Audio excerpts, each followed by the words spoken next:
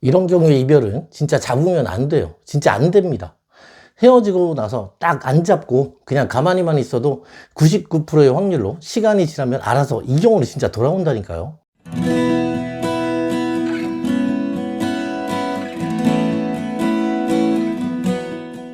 반갑습니다. 사랑의 징검다리TV의 별리입니다. 이별을 하고 나면 그 첫날은 이게 이별을 한 건가 싶을 정도로 아무렇지 않은 경우가 참 많습니다. 그리고 시간이 조금 더 지나면 상대와 늘 함께했던 그런 일상들, 사귀던 그때는 비록 의무적이긴 했었지만 함께했던 모든 일상들 속에 그 상대와의 나와의 그 삶의 습관이 상대와 맞춰져 있었기 때문에 상대와 나의 그런 일상들이 실감이 나기 시작하면서 정말 허전하기 시작하고 자꾸만 상대의 연락을 기다리고 왠지 연락을 꼭 해야 할 것만 같고 일거수일투족 모든 걸 함께 공유했던 그런 상대였기 때문에 늘 기쁠 때나 슬플 때나 함께 감정을 공유하고 나누던 그 습관들이 그 사람의 빈자리를 느끼게 만드는 것 같습니다. 그리고 그런 허전함을 느끼면서 이 이별의 모든 원인이 내 탓인 것만 같은 그런 느낌이 들기 시작하고 내 잘못으로 헤어진 것만 같고 내가 못난 것 같은 그런 감정들이 올라오면서 입맛이 떨어지고 그로 인해 살이 쪽쪽 빠지게 되고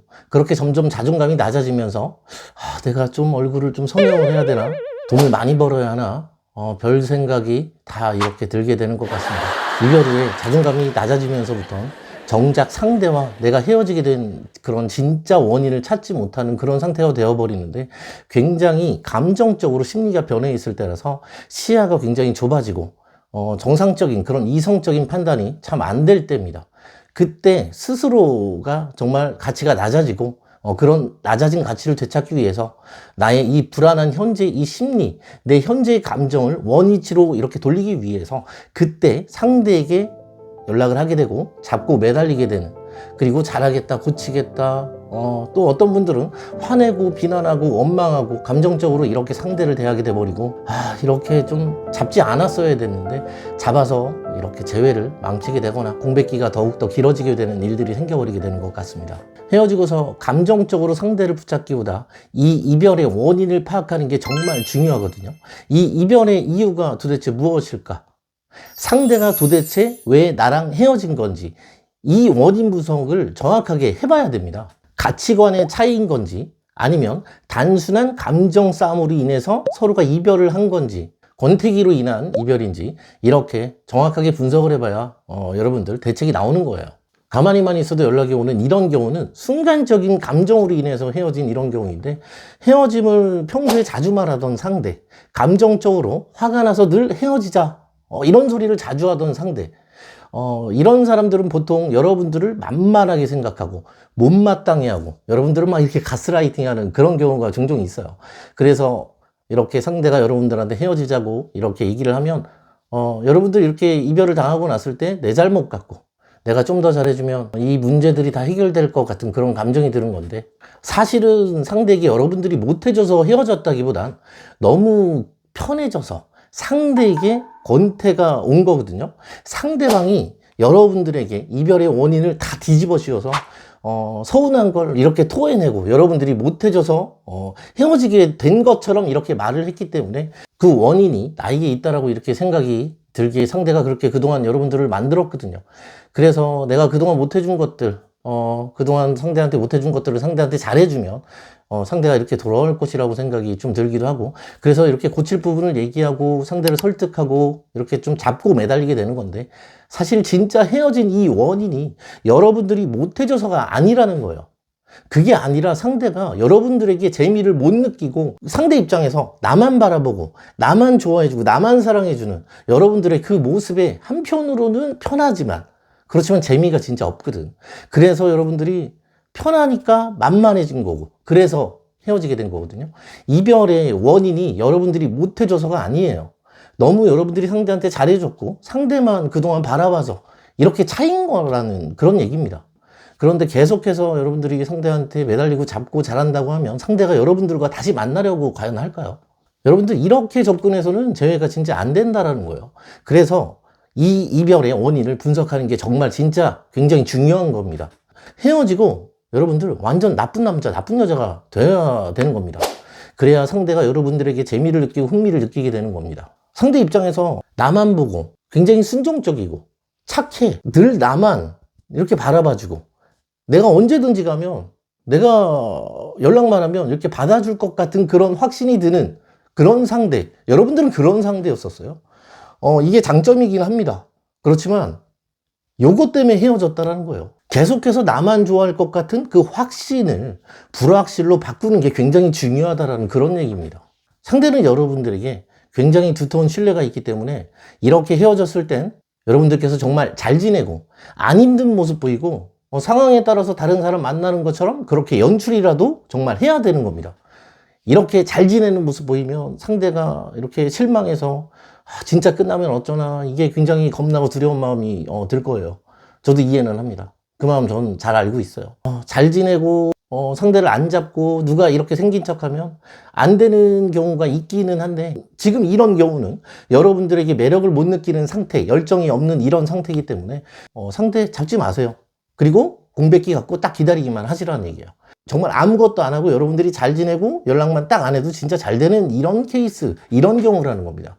그래서 결국 시간이 문제라는 건데 이런 경우는 안 잡고 한 3달에서 4달쯤 이렇게 지나면 상대한테 이렇게 연락이 오거든요. 이때 여러분들이 상대하고 이렇게 밀당 살짝 해주면 상대가 이렇게 찾아와서 막무가내로 여러분들한테 이렇게 들이대는 경우가 굉장히 많아요. 그래서 이런 경우는 공백기만 딱 갖고 잘 참고 있으면 제외가 잘 되니까 절대 잡지 말고 정말 힘들 때 이렇게 영상 보면서 마음을 좀 달래거나 아니면 상담 받아서 확실하게 기다리면 나한테 올 상대인지 이렇게 좀 점검을 한다든지 해서 여러분들의 멘탈을 잡고 마음을 편안하게 잡고 이렇게 좀 지내면 되는 겁니다. 상대와 애착이 되고 상대에게 신뢰가 엄청 두텁거나 상대가 나를 그동안 좀 만만하게 이렇게 봤다든지 당연하게 생각을 했다든지 이런 경우는 다 잡지 마세요.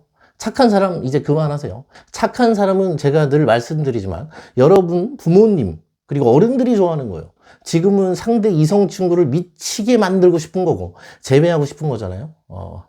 헤어지고 나면 이성적인 판단이 흐려지게 되고 원인을 제대로 이렇게 분석을 못하게 되거든요. 헤어지고 났을 때 가장 첫 번째로 여러분들이 생각을 해야 될 게 내가 도대체 상대와 왜 헤어졌는지 이렇게 이별의 원인을 정확하게 분석을 해야 되는 겁니다. 그리고 분석이 완벽하게 되었다면 그 방향을 잡고 그대로 가는 겁니다. 이렇게 원인 분석이 확실하게만 되면 여러분들의 멘탈은 정말 확실하게 잘 잡히거든요.